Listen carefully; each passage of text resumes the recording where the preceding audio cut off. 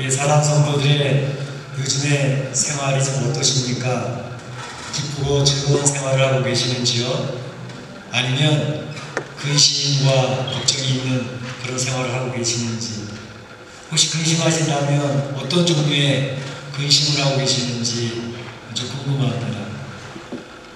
우리 신앙생활을 한다는 것은 사실 살아계신 하나님의 역사를 경험하면서 살아가는 게 아니겠습니까?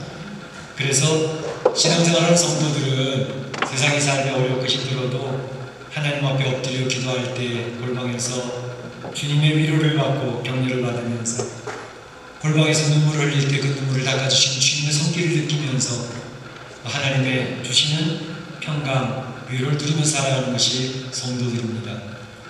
그런데 사실 우리 성도들이 생활하는 이 세상은 죄악이 가득한 세상에 살고 있습니다.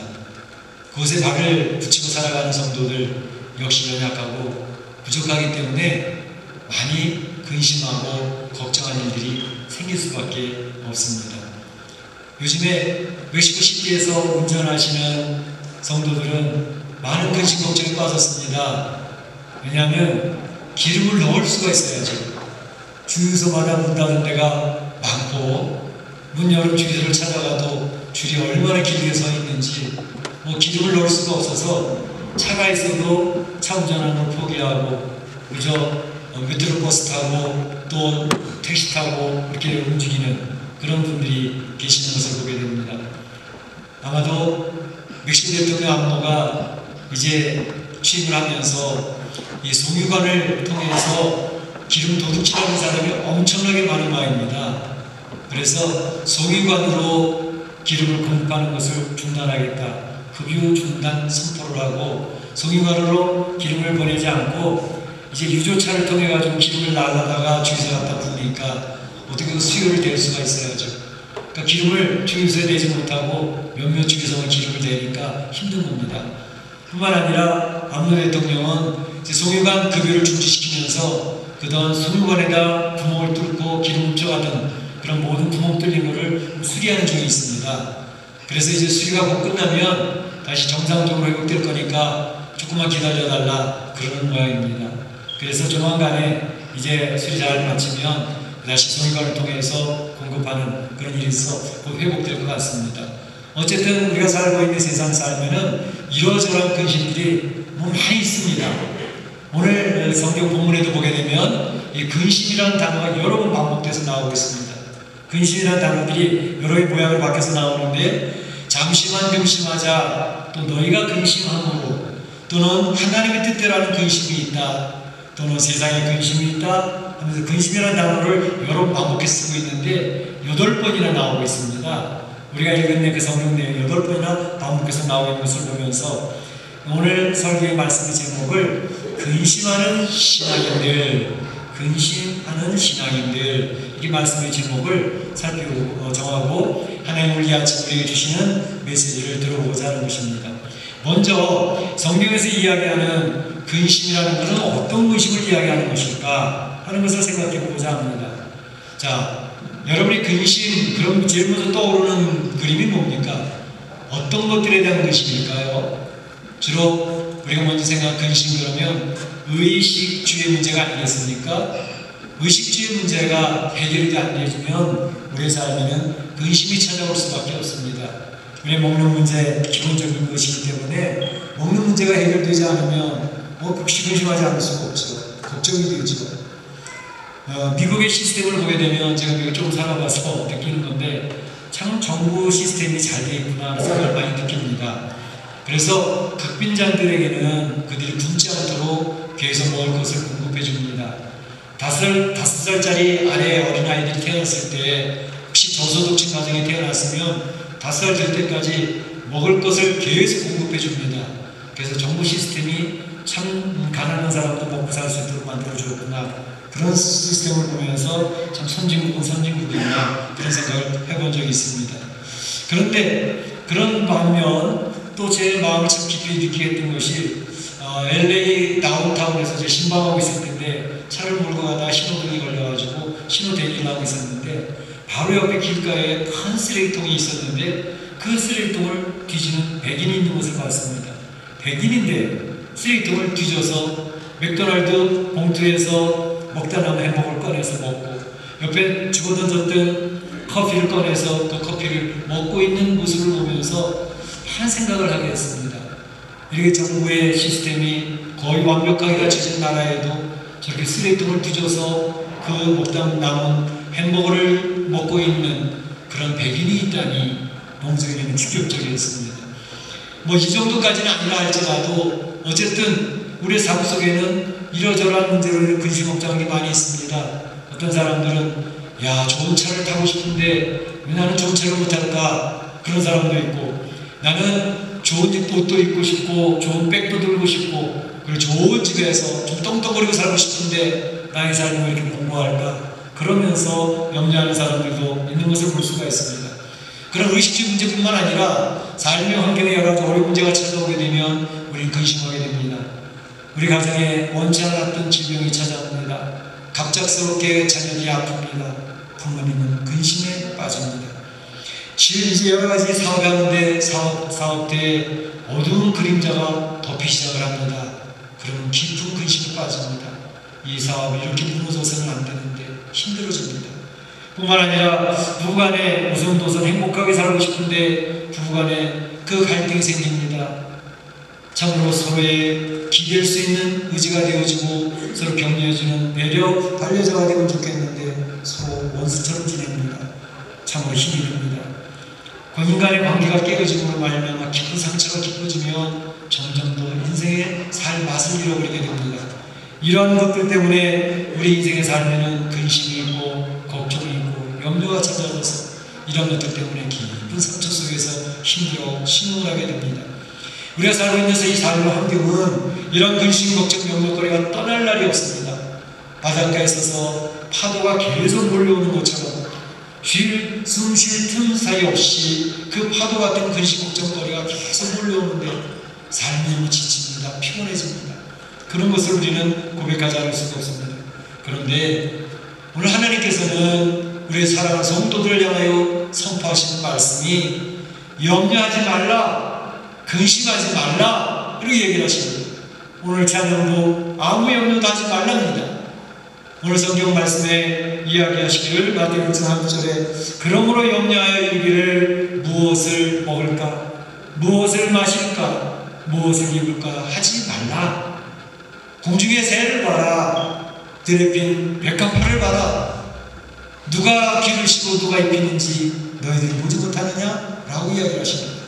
빌립보서 4장 6절에서도 말씀하시기를 성도들아 제발 아무것도 염려하지 말고 오직 기도와 간구로 너희 구할 것을 감사함으로 하라.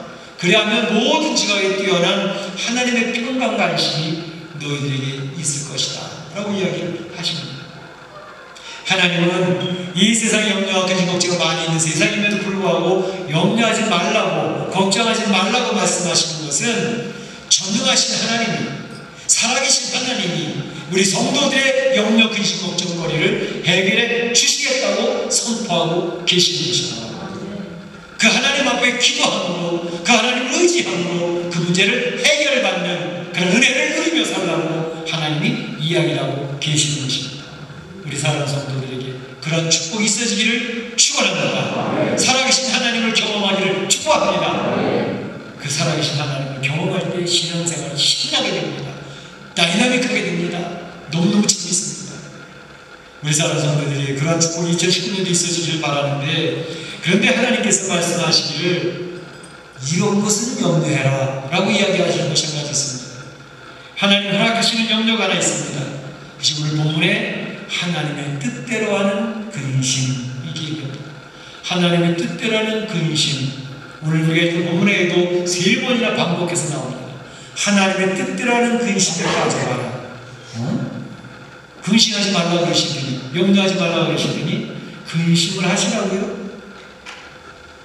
오늘 근심하라는 내용은 무엇일까요? 하나님의 뜻대로 하는 근심이라고 하는 것은 무엇을 의미하는 것일까? 오늘 본문에서 이야기하고 있는 설명하는 것은 곧 우리가 하나님 앞에 지금 바르게 살고 있는지 아니면 하나님의 뜻대로 살고 있지 못한지 한번 근심해봐라 하는 것입니다. 하나님의 말씀을 들으면서 그 말씀 앞에 내가 굴복하고 그 말씀 앞에 순종하는 삶을 살고 있는지, 아니면 하나님이 아무리 말씀하셔도 그건 나와 상관없으니 나는 내 계획대로 내 생각대로 살아가겠습니다, 고집피면서 사는 불순종하는 삶을 살고 있는지 한번 걱정하고 근심해 봐라, 이렇게 얘기하십니다. 하나님 말씀 안에서 내가 신앙생활한 지 5년이 되고 10년이 되고 20년이 되어졌는데 나의 삶에는 어떠한 변화가 있었는지, 나의 삶에 성장이 있고 나의 신앙생활에 성숙함이 생겼는지 한번 돌아보면서 근심해 해봐야 되지 않겠냐라는 것을 이야기합니다. 나의 말씀 가까이 하는 생활은 이전에도 괜찮은지 생각해보자. 지난 연말에 우리 주일학교 학생들에서 시상을 받으면서 성경 읽기를 했는데 우리 학생이 마태복음에서부터 디모데후서까지 다 읽었다고 해서 상을 받았습니다. 어떤 집사님이 이야기해요. 아, 목사님, 난 그때 도전받았습니다. 아니, 주일학교 아이도 성경을 그렇게 신학생을 거의 다 읽었는데 나는 1년 동안 성경을 얼마나 읽었는지 돌아보면서 올 한해는 성경을 읽기로 제가 마음 다짐을 했습니다. 그런 얘기를 하시더라고요. 아, 귀한 다짐이다, 그런 생각이 들었어요. 그런 도전을 받는 것입니다. 내 기도 생활이 이대로 괜찮은 건지, 과연 나의 기도 생활에 하나님께서 역사하시는, 하나님과 소통하며 주의 놀라운 능력을 내가 기도 생활을 통해서 덧입고 있는지, 나의 신앙생활은 건강한가, 이런 부분에 있어서 근심에 빠져봐야 되지 않겠느냐는 것입니다. 세상적인 근심 요즘 우리가 많이 있죠. 의식주의 문제를 비롯해서 우리에게 생기는 여러 가지 근심 걱정들, 이런 세상적인 근심은 우리를 힘들게 합니다. 그런데 우리 세상적인 근심이 우리 사랑하는 성도들에게 많이 있습니까? 아니면 영적인 근심이 많이 있습니까? 오늘 성경에서 우리에게 도전하는 것은 바로 그것입니다. 세상적인 근심이 굉장히 많이 있는데 그 세상적인 근심은 해결해 주시겠다고 선언하신 하나님께 맡겨드리고, 우리 성도들은 영적인 근심 속에 깊이 들어가보자는 것입니다. 영적인 근심으로 고민해보자는 것입니다. 그것이 오늘 이 아침 우리에게 주시는 도전입니다. 오늘 성경에서 부분에서 영적인 근심에 빠진 사람들은 누구인가? 라는 것을 설명하고 있습니다. 영적인 근심에 빠진 사람들은 누구일까? 고린도 교회 성도들이었습니다. 그리고 사도 바울이었습니다. 오늘 사도 바울은 그렇게 얘기를 합니다. 고린도 교회를 바라보면서 영적인 깊은 근심에 빠졌노라, 이렇게 이야기를 하십니다. 위대한 사역자였던 사도 바울이 깊은 근심에 빠졌다고 이야기를 합니다. 이건 고린도 교회를 바라보면서 생긴 게 아니라 로마 교회를 바라보면서도 그런 근심이 있었다라고 로마서 9장 1절에 이야기합니다. 이렇게 얘기합니다. 내게 큰 근심이 있는 것과 큰 의심이 있는 것과 마음에 그치지 않는 고통이 있는 것은 내 양심이 성령 안에서 증거하고 있는 바다 라고 고린도 교회 성도들에게, 로마 교회 성도들에게 전하고 있습니다. 하나님의 성령께서 근심하고 계시니 사역자가 근심에 빠지게 되는 것입니다. 사역자들도 근심하게 됩니다. 사역자들도 이 희노애락이 있어요. 그래서 교회 공동체를 바라보면서, 우리 성도들을 바라보면서 어떤 때는 무지무지 기쁘고 어떤 때는 무지무지 슬퍼집니다. 왜요? 어떤 때서 기쁘고 어떤 때서 슬플까요? 우리 성도들이 참으로 예수님을 만나서 예수님 안에서 기쁨을 찾습니다. 예수님을 만나면서 그 안에서 문제 해결을 받습니다. 예수님 안에서 성도가 변화되기 시작합니다. 하나님을 바라보면서 하나님의 사람으로 지어져가는 모습이 이 목회자의 눈에 보이기 시작합니다. 그럼 얼마나 기쁜지 몰라요. 예수님 안에서 멕시코 이민에 살면 되게 힘든데 주 앞에 매달려 기도하고 눈물 뿌려 기도하면서 주님을 의지하면서 문제 해결을 받는 모습을 고백을 하고 간증하는 것을 듣게 될 때, 이야, 그 하나님도 멋지고 그렇게 하나님을 의지하는 성도도 너무 멋지고 이제 기뻐지는 것입니다. 그런데 어떤 성도들은 신앙생활한 지 벌써 10년이 됐고 20년이 되어져서 또 교회 안에서 직분을 했고 신앙에 어떤 기대치가 있지 않습니까? 그런데 그 기대치에 도달하지 못하고 여전히 어린아이와 같은 상태에 있게 되어지면 그런 사역자는 마음에 근심이 생각합니다. 성장하는 게 아니라 도리어 그의 신앙에 퇴보가 생기고 정체되어지고 그런 모습을 보게 되면 목회자는 내가 말씀을 잘 못 가르치나, 신앙생활을 바르게 인도하지 못하나 깊은 고민에 빠지게 됩니다. 큰 근심을 하게 되는 것은 신앙생활의 성장이 없고 신앙생활이 퇴보하고 그러한 모습으로 이렇게 많이 힘들게 되는 것을 우리가 알 수가 있습니다. 오늘 고린도 교회는 사도 바울의 큰 근심의 대상이 되었습니다. 이미 고린도 교회를 살펴보면서 설명해 드렸던 것처럼 고린도 교회는 사도 바울이 개척하여 세운 교회였고 3년 이상 그 열심을 다해서 양육하고 세웠던 그런 교회였는데, 지금 사도 바울이 바라보고 있는 고린도 교회 공동체는 굉장히 문제가 많았습니다. 병 들어가는 교회 공동체였습니다. 성도들끼리 나누어져 갔습니다. 나는 아볼로파, 나는 게바파, 나는 그리스도파, 나는 바울파. 그걸 나눠주면서 끼리끼리 모여서 끼리끼리만 친하게 지냅니다. 다른 사람을 뱉어서 생각합니다. 그러니까 교회가 힘들어집니다. 뿐만 아니라 그 교회에는 성도들끼리 서로 재판하는 문제가 생겨서 성사의 문제가 생겼습니다. 교회 안에 음행의 문제가 들어왔는데 그것으로 인해서 교회가 자꾸 어려워지고 있습니다. 또 신앙의 은사의 문제가 들어왔는데 은사의 문제 때문에 교회 영적인 질서가 깨어져 버리고 맙니다. 사도 바울이 볼 때 너무너무 힘들었습니다. 사도 바울은 그런 모습을 보면서 지난번에 말씀드렸던 것처럼 고린도 교회가 이렇게 병든 모습을 그대로 있어서는 안 되겠다 싶어서 눈물로 편지를 쓰지 않습니까? 그 문제를 해결해야 됩니다.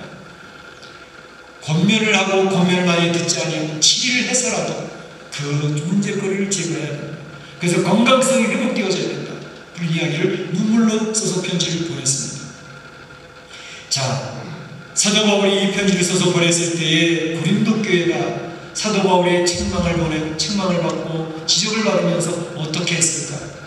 사실은 사도 바울은 눈물을 편지를 쓰고 난 다음에 오늘 본문에서 이야기하는 것처럼 굉장히 마음의 초조함을 갖고 후회를 하고 있었다라고 이야기를 했습니다. 내가 이야기하지 말걸, 오히려 가만 놔두고 좀 기다려 볼걸, 별별 생각이 다 들었던 모양입니다. 후회하는 마음이 생겼다고 이야기를 하는 걸 보면, 그런데 고린도 교회가 어떻게 반응할지에 대해서 사도 바울은 지금 노심초사 어떻게 할까, 저들이 어떻게 반응할까에 대해서 굉장히 그것을 걱정하며 신경 쓰고 있었습니다. 만약에 그들이 이야기하기를, 아니 사도 바울이여, 우리가 도대체 뭘 그리 잘못했다고 우리한테 그렇게 신랄하게 책망을 하십니까? 혹시 그렇게 고집 피우지는 않을까?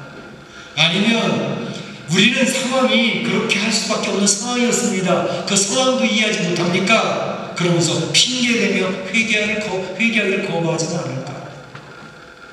사도 바울은 별별 생각이 머릿속에 파노라처럼 돌아가고 있었습니다. 로마서 2장 5절을 보게 되면 만약에 그렇게 했다라면 그들이 하나님 앞에 별로의 복을 받지 못했을 것입니다.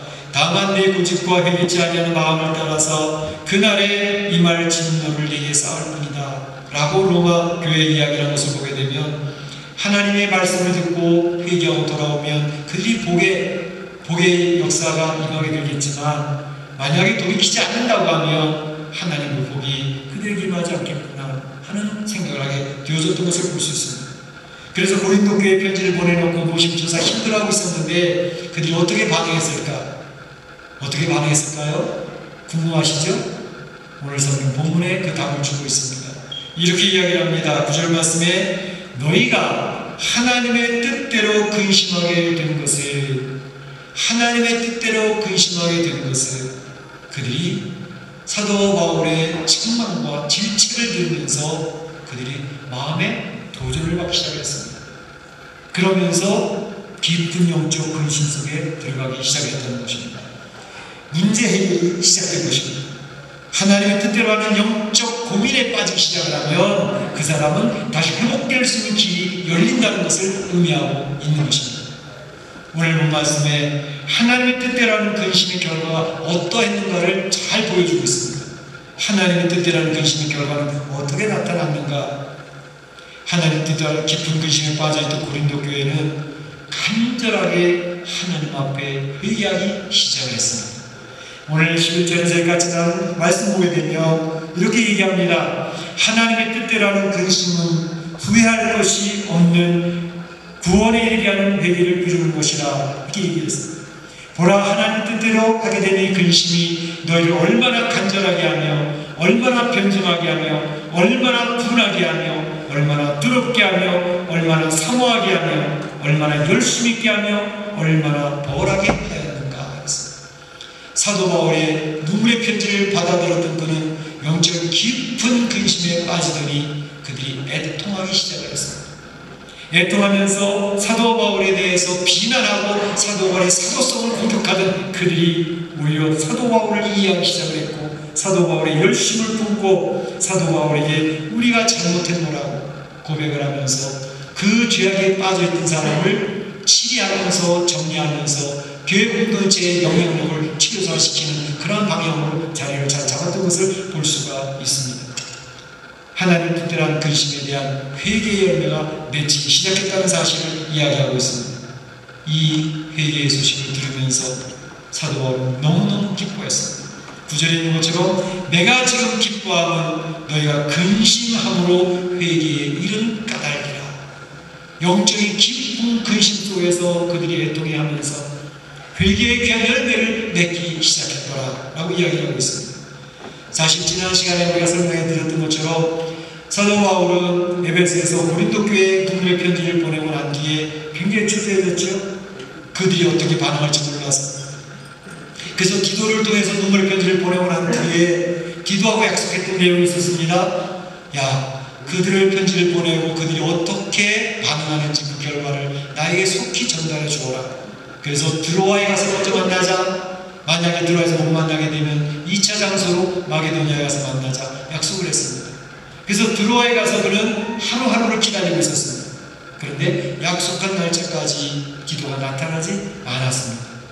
드로아에서 전도할 수 있는 기회 문이 열렸지만 그가 그렇게도 사명감을 가지고 전도하는 것 그것까지도 포기하면서 초조감을 가지고 제2차 장소인 마게도냐로 옮겨가서 디도에를 돌아오기를 기다리고 있었죠. 마게도냐에 가서도 그가 얼마나 초조했는지 오늘 본문 오전에 나와 있는 것처럼 마게도냐에 이르렀을 때에도 우리 육체가 편하지 못하여 사방으로 환난을 당하여 밖으로는 다투며 내 안으로는 두려움이라. 사도 바울이 마음속에 너무 두려운 마음을 가지고 있었어요. 고린도 교회 성도들이 어떻게 반응했을까. 그런데 디도가 찾아와서 디도가 보고하는 내용은 너무너무 기쁜 소식이었다는 것입니다.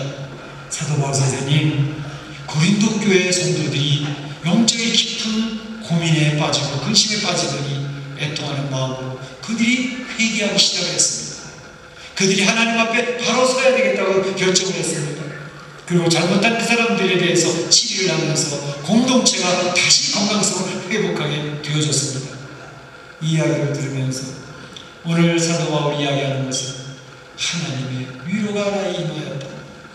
오늘 1절에 이야기한 것처럼 낙심한 자들을 위로하시는 하나님이, 낙심한 자들을 위로하시는 하나님이, 저는 오늘 이 말씀이 얼마나 좋은지 몰라요.